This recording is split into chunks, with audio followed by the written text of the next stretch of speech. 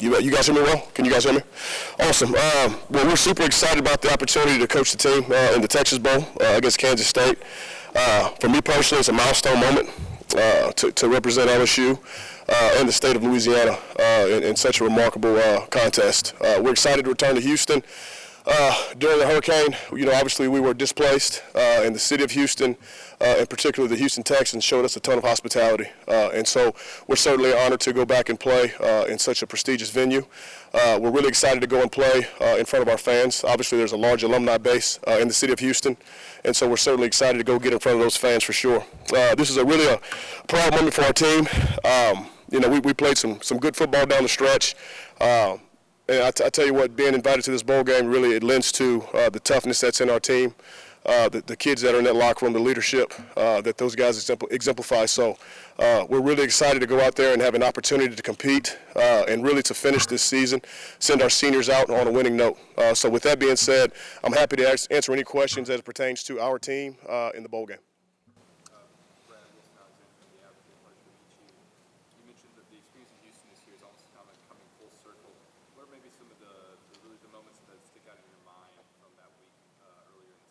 Ooh, let's see. Probably a 12-hour trip, 12-hour bus ride. That kind of stuck out. Obviously, it was really a tumultuous time for our team and everyone really in South Louisiana. And for us, we had to prepare for a football game. And so what it showed me was really, how the state of Louisiana and really this university, how we all came together to do what was best, for our team and their families for that matter. And so, when we arrived in Houston, there was a ton of hospitality. We felt really welcomed. We tried to, in some form and fashion, give our kids some normalcy in terms of our game preparation. And so, we obviously had a chance to continue our prep and go out to L.A. Obviously, the game didn't turn out how we wanted it to, but we were allowed, in my mind, to go out there and make do despite the circumstances. I guess just talk about what the next couple weeks look like in terms of when you guys can get on the practice field and just kind of what the game plan is in terms of preparing for this. Sure, you bet. So we wrapped the season up, and then currently right now our players are doing academics, right? They have finals next week, and so that's a big deal for our guys. We wanted to give our guys a little bit of a break. They've had a long season. There's been a ton of adversity, and so really just giving our kids a chance to catch their breath. And so this next week will be finals. There'll be a discretionary week in terms of them utilizing the weight room and things like that. We'll ramp up here on Saturday. This upcoming Saturday, we'll start practice. We'll start our preparation for Kansas State. The big piece for us right now is utilizing this time to develop our younger players. We want to focus on fundamentals. We want to really focus on continued growth and really take this time to get our team no distractions. The game is going to be what's the main thing. You know what I mean? Nothing else at this point really should take away from our kids' preparation. They know what's happening going forward, all those things. Right now it's finishing this season. It's sending our seniors out the right way, and that's what we're going to focus on. Hey, Brad, Michael Cowell from Channel 2. It's been a whirlwind for you.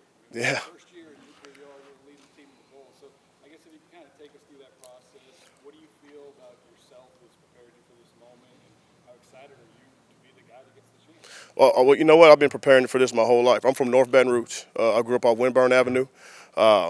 People who are from this city, you're taught from a young age about toughness. You're taught about making do, making something out of nothing, and so I'm so proud to represent the people that I grew up with that have been and have had a huge part in my upbringing to get to this point. From a career standpoint, I've traveled all over the country, and I've tried to do my best everywhere I've gone, and yet somehow it led me back here to home, and I'm awfully proud. I did the coolest thing today, which is I went to church with my mom. I hadn't done that, and I tell you what, you guys talk about coaches and these salaries and all the stuff that people think really matters. Today I was able to go home after church. My mom, she cooked a pot of white beans. My dad was going to barbecue. And then I got a phone call that I had a press conference and told them, I'm going to be on the news. And so they went crazy. Baton Rouge is a nice sized city, but we have a really small town, community. Everything's tight knit and real close. And so it's been a bit of a whirlwind. I'm awfully proud to coach at LSU. It's been a lifelong dream for me, and I've enjoyed every day that I've had a chance to wear this shirt. My plan going forward is every day I'm allowed to, I'm going to give my best for LSU. I'm going to do everything I can in this role to advance LSU and really springboard our team for success going forward. Talked about getting this opportunity, but you also will be the first black man to lead LSU as a head coach. Whether it's one game or not, how does that feel for you? It's an honor. I mean, it speaks to, in my opinion, the university itself. Being from South Louisiana, I mean, you can talk about, historically how things have been here, but yet I think it shows the progress that that the state of Louisiana and the university itself has made. You think about President Tate, you think about me in this role. It speaks to LSU being extremely progressive, and that's something that I'm awfully proud of. I hope to, in this role, represent LSU in a great light, but also represent all young African-American coaches out there who are looking for this very opportunity. It is a big deal. I want to go out there and coach this team to success. I want to win this game. And more importantly, I think when I look back, I want to be proud of what I did in this role to not only help the young men in our program, but help aspiring coaches, kids in North Baton Rouge who ride the transfer bus and may not see a way out. I was one of those kids, and I'm here right now. And I tell you what, with utilizing the resources around you and having a praying mama, you can be up here too. It's easy. You know what I mean? So I got those things, luckily. What about the preparation? It's real early in it, obviously, but have you talked to anybody, that may not want to play in the bowl game? Are you managing the roster right now? Is that something that you're trying to figure out before you start practice? Yeah, certainly. So obviously we've been beat up this year, right? We've been snake bit a little bit, and so with the date, the January 4th bowl date, that'll give us a chance to get some guys back, which we're happy about. In terms of players opting out, in this climate, it's something that's not uncommon. But at the moment, we haven't had that cross our desk yet. So, if we do have players who choose to opt out, we'll respect their wishes, obviously. But we'll address that as it comes time to. Right now, the kids that got the news this afternoon, they were super excited about the bowl game. We're going to go out there and play to win. How are you going to handle this? Do you want to coach the line still and kind of oversee everything at night, or how do you want to do it? Well, the first thing I'll do is I'm going to defer to Coach Kelly, obviously, in terms of, the organization and what he sees as the vision going forward. As it pertains to administering the practices and things like that, Joe Henry has been an analyst on the staff, worked with me at the offensive line spot, and so I plan to elevate his role and allow him to go out there and lead the offensive line in practice, just so I can utilize the time to prepare for more of the head coaching role and making more important decisions on game day. With Coach Joseph obviously departing, DJ Mangus, who has also been in the receivers room as well, will have a elevated role as well, and he'll lead the entire unit along with Carter Sheridan, who is also an analyst. Have you ever had head coaching experience? Well, no, not in this role. I have not. Now, I like to think that the offensive line spot, I lead probably the largest group of kids on the team. So, every year as an offensive line guy, I have anywhere between 18 and 22 players. And so, managing those guys, academically, being responsible for the culture, practice preparation, drill work, and then ultimately, having them go out and play, it's something that in my mind I've been preparing for a long time. So, this is I'm 0-0 as a head coach at the moment. You know what I mean? Hope to be 1-0. Coach Shea Dixon with 20.7. Have you gotten a chance to talk with Coach Kelly, and if so, just some early impressions you can share? Yeah, you bet. So he and I have had a chance to meet. My impression of him, I hold him in high regard. He's a winner. I think Scott went out and looked for a coach that could come here and bring that here, just that winning mindset and sustained winning, and that's something that he's done. So I have a great impression of him as a head football coach. I have high expectations, and I think he's going to do phenomenal here.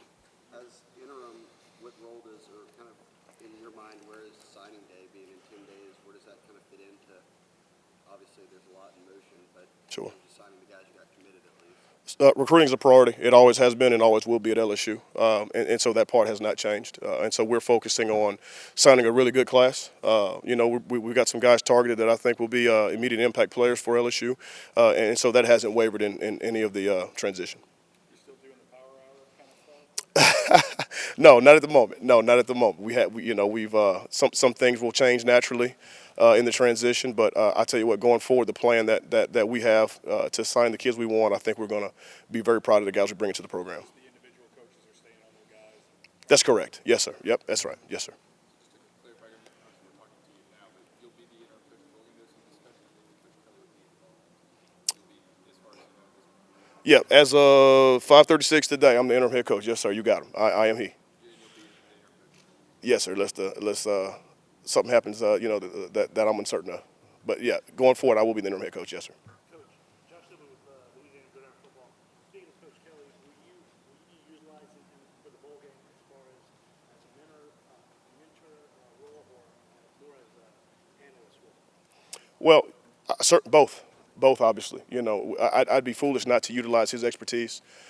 He's obviously coached in tons of big football games, and so going forward, I want to be in compliance with what he wants in regards to the organization of it. These 15 practices are valuable, and so we don't want to waste one of them developing this team for 2022. Obviously, the bowl game is the matter at hand, but we definitely want to springboard into 2022. You know what I mean? So. As it gets closer to time for our preparation, getting through this next week and recruiting, I fully intend to spend time utilizing him, for both the analytical piece and his expertise. Yes, sir. In your experience, what do these 15 practices do for a team? You talked about developing the young guys, but what is kind of really comes from being able to get to a bowl and have this extra time to prep? Well, you look at the flip side of it. If you don't go to a bowl game, your season would have ended a week ago. Your kids, they kind of scatter. For the most part, right? Coaches are on the road recruiting. The organization of it, you'll have your kids come in and lift in those things, but for the most part, it's a little bit loose. And so this allows us to stay close-knit. It allows us to stay tight. It allows us to focus on the things that we need to enhance to improve our football team. I think, again, the January 4th bowl date will give us some time to get some guys healed up and healthy. But my initial plan going into attacking this thing, it's fundamentals, it's technique, it's LSU fixing LSU. That's been really the primary focus throughout the season, and we're going to continue that through the bowl game. We want to get better at what we do. It's been about 5.5 months. It hadn't been a year. Yeah, every day. It's an honor, it's a privilege. It's the little things as a coach that you take for granted. My wife, she's back there now. Every Father's Day, she would give me a case of boudin sent up to where we were living. You know what I mean? And now I drive down the street and I'm like, I don't want no boudin today. I had plenty of that. It's the little things. You know what I mean? I've enjoyed every day of it. I've had the opportunity to make my parents very proud of me, and that's something that any son would want to do. Obviously. The success that I have had as a coach, I get to share with people that care about me and that I love. And so it's been a privilege. This has been, as a child, a place that I've always wanted to be. All the elite players that have come from here, the big games, Death Valley in itself. It's something that I'll never trade this experience. It's still new, but have you thought about next year and where you might be and what you want to do? Yeah, I've thought about all those things, yes. Hey, Coach, Rhian from LSU Tiger TV. You said that you're hoping to get some of the guys back that are injured throughout the season. Who are some of those guys that you're hoping? I won't speak on the injuries until probably later, if that's okay. But we will have some guys returning, that have had, soft tissue injuries, bumps, bruises, things that are, pretty typical for this point in the season. Stats and transition teams, there's a lot of uncertainty around this. How do you, as being a leader right now, kind of go about maintaining focus for guys? How do you manage that aspect? Sure. Well, the main thing is winning. That's it. We want to compete, right? We got a locker room full of competitive guys, and if you focus on things outside of that, you'll go out and get embarrassed, and that's something we don't want to do. We've got great leadership in our locker room. We've got a group of kids that have come together and really united in the midst of a ton of adversity from the onset of the season, right? And so for me, as their leader in the bowl game, I've been through this experience as a player. I've been through it as a coach. Change is something that is inevitable in college football, right? It's the only thing that's constant in our lives, right? Is change. And so I plan on keeping the kids focused on what's important at hand, which is winning the bowl game. It's sending our seniors out the right way. It's competing one more time as a team. I remember at one of your practices, we could hear you yelling pretty good. And you said, No, I don't. It's encouraging. better or you're going to get worse, it's not just That's right. just talk about that. How have you viewed your unit's progression, and what do you hope for them to finish off this year? I tell you what, I'm proud of our group, the offensive line. I'm awfully proud of them. We got better every game. We did. I was talking to someone earlier about it today. We started 11 different lineups, due to injury or what have you, right? And yet the kids didn't blink. it was something for me that you know, it wasn't an ideal time to arrive at LSU, you know, meaning that I didn't get to go through spring ball with these guys. And so it was, everything was accelerated in terms of building that trust, that rapport, that relationship. It started off rocky. It did. You know, I was the new guy, you know, just like having a substitute teacher. The kids want to know what they can get away with, right? And so I tried to remain consistent in my message, and I tried to show them how much I cared about them. And I think when the kids accepted that and saw that you know, who I was genuine, they opened up. They bought in, and they worked their behinds off. I'm so proud of our seniors. Those guys played through injuries, things that never get talked about in the media. These guys went out and pushed themselves. They put their bodies on the line every day. I got a great group of men that I get to coach, and I'm honored to coach them. I know you don't talk about awards a lot, but Jamal Carter did get the Litnikoff Award.